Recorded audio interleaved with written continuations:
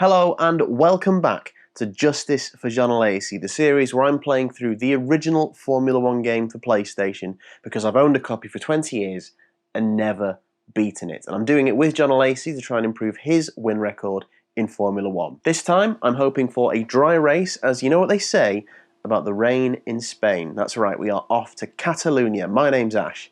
This is the outside line.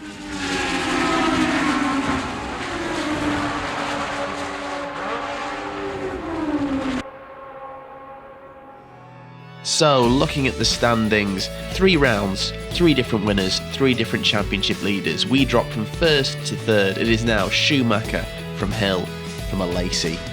In the constructors, while Benetton and Williams are getting both their drivers in the top 6 more consistently, Benetton leading at the minute. Still, plenty of time and all to play for. Round 4 of the 1995 World Championship here in Spain. I mean, that blue sky and bright sunshine is just wonderful. I'm going to use some of the curbs with confidence, and I'm going to absolutely bloody love it, if I do say so myself. Welcome to Spain, everybody. A familiar track, and one that is, currently still on the calendar. Only the second out of the 4 races we've done so far where we're racing at a track that's actually still being raced at today. The race that was first considered the Spanish Grand Prix was held in 1913. Now obviously that wasn't a Formula 1 event, that was more touring cars, but events called the Spanish Grand Prix, regardless of them being Formula 1 or not, have been held since 1913. There were interruptions throughout that time, and it made its first appearance in Formula 1 as we know it in 1951, and that was quite a famous event as well, because it was the event that Juan Manuel Fangio won his first world title at. It appeared then again in 1954. It then came back in 1967 as a non-championship event, and that was won by Jim Clark. And then in 1968 it became a championship event from that point onwards, and it came to Catalunya in 1991, and it has hosted the Spanish Grand Prix ever since. Now I must admit, while I'm happy that the sun has come out, I am slightly worried about this event, because as I mentioned in episode 1, I did some sort of pre-season test races to work out what settings I was going to use, because I wanted to use fuel consumption and tyre wear. But when you shorten the races down, as we have done, to 15%, it does some silly things to the AI. However, doing those races, I did find out that the AI are pretty damn quick here. And those test races were done on medium difficulty. We're playing this championship on hard. I am quite worried about this. I think they're going to be really quick here, the AI. So it might be a case of careful what you wish for here. Now we've got a dry race. Now I did visit the pits to do my traditional setup check, and I've gone full lowest downforce setting. I was thinking with the long straight sweeping sections, it was the way to go, plus it's dry as well, so we'll see if that's the right decision. Okay, qualifying now, and in the real qualifying for the 1995 Spanish Grand Prix, pole position was taken by Michael Schumacher. Now as I discussed last time, I believe that when it's in the dry, this game is going to replicate the real life grid, minus obviously the change that we make by qualifying probably somewhere different to Jean Alesi. In real life, Jean Alesi qualified 2nd. Ferrari were on really good form at this point. They had Alesi in 2nd, Berger in 3rd for this. Really decent form. Hill qualified 4th. So we can assume that our championship rivals will be very high up. And if we are not, that means, Hill will shift up a place and go 3rd. So we've got to be good.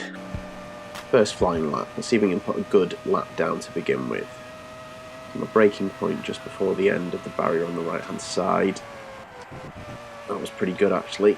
It did run a little bit wide, carry a bit too much speed through. Then if we can turn at the right point, we can pretty much do this flat. That's really good, hugging the curb. Brake as we go under the bridge. Turn in. Then brake for just after the first advertising hoarding. That's it, hug the inside. Could be getting on the power a bit earlier, but it's okay. First lap of a possible 12. That was a bit wide.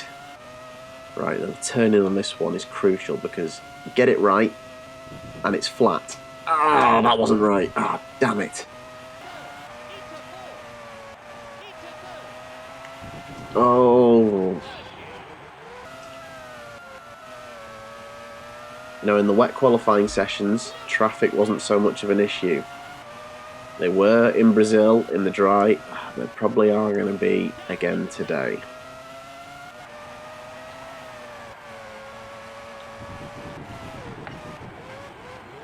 I wasn't doing that at all in practice, and I've just done it twice in a row in qualifying. Oh dear. Okay, come on. Let's not get the pressure. Let it get to you. Let's just...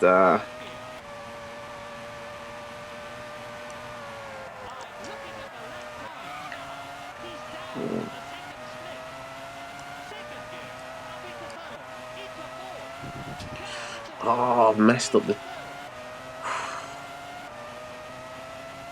Just hold on.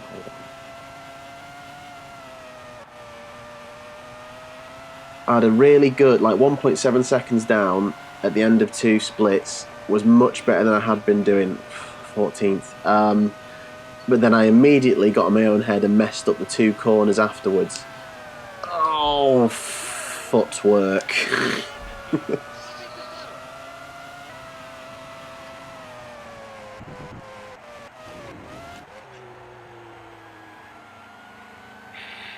Okay. Just a bit of fun. Just a bit of fun. I'm having fun. I hope you're having fun. I'm having fun. I'm having so much fun. Oh, 3 cars worth of traffic. Please, can we just try and get past as many as possible before this lap? Right. Oh my word. We're not going to get past one of them. The closing speed's going to be ridiculous. I'm going to have to try and overtake. It's a Williams as well. Oh. Slight inconsistency of the game. I'm only 14th fastest, yet I'm clearly driving quicker than this Williams, which I bet is quicker than 14th. Oh, it literally just turned into me twice there. Traffic up ahead, of course there is. Oh, right on the curb there, but just slid it round that. Traffic's not too much of a problem. Had to lift quite heavily though, compromise line.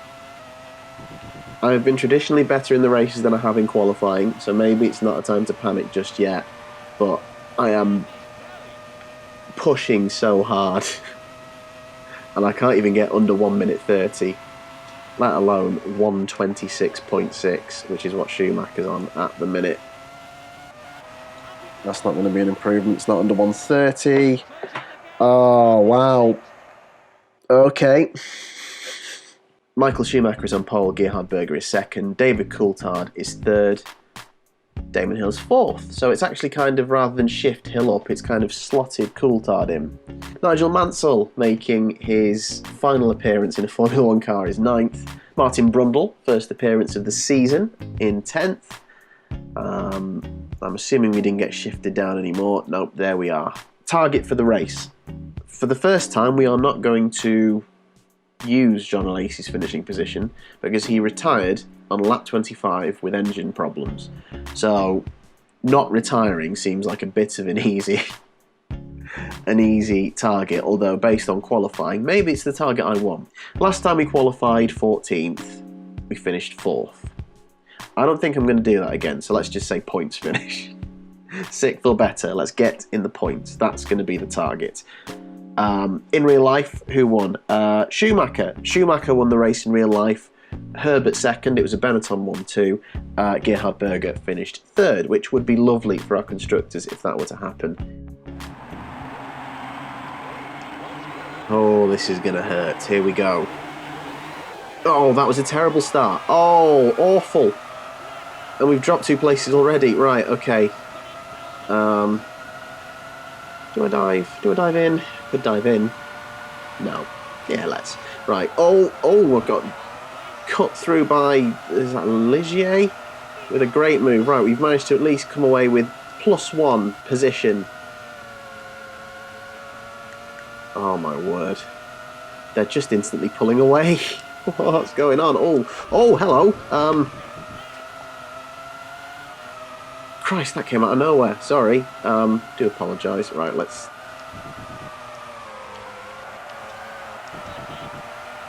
This may be very limited commentary on this race, because I really feel like I've got to concentrate incredibly hard for this. They're just so quick on this circuit. I don't even know why.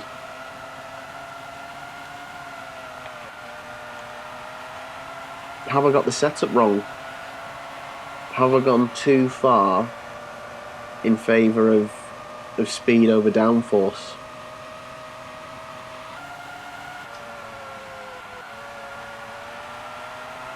Oh, it's Schumacher and Hill 1-2. It's the worst. It's the worst possible scenario. Berger's dropped to 4th. Irvine in the points. Oh, don't.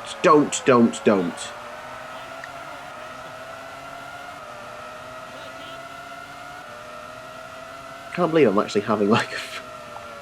I'm actually like tense and nervous over like these 6 pixels in front of me. What I just...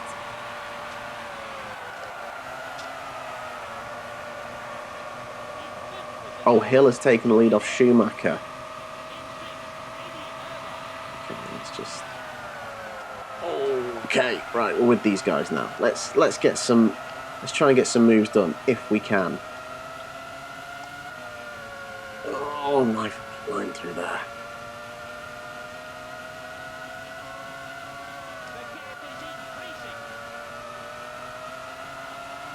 Seems like the first corner they are braking a lot earlier than I am. Come on. Where's the straight line speed? I'm stepping out. I'm going for this. Sonnet. Oh, I've hit Frentzen. Oh, it was a bit messy. I will have taken some damage from that. So that'll be front downforce taking a bit of a knock, which, to be honest, I don't feel like I can spare any at the minute. But we've gained another place, so I'm going to close up to Frentzen here. Do I kind of look out to maybe make this sort of cheeky move? Oh, yes, I think so. That was much more like it. Textbook, if I say so myself. Up to 11th now, and what I really want to find out now is the gap to 10th. Or is this no man's land to the end of the race? Martin Brundle, the legend, 6.4 seconds.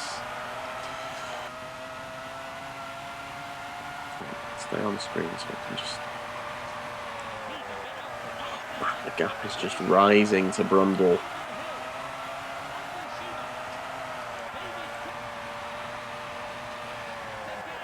Basically, we're gaining a small amount on Martin Brundle in the first sector, and then everywhere else in the lap, oh, Jesus. Especially when I do that, he's just quicker than us. I don't know what it is. The AI drive this track in a way that is just... I can't replicate it. Cannot replicate it. For the second race in a row, we are not going to make race or qualifying objectives, but this one hurts more because it's the first time we will not score points, and we won't even feel like we're running with the big boys. This is potential crisis point.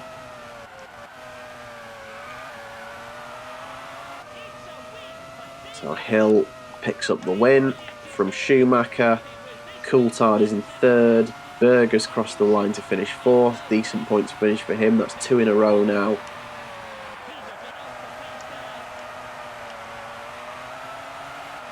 Herbert. Oh my word. Herbert has scored points. Nigel Mansell is going to retire from Formula 1 with a single point.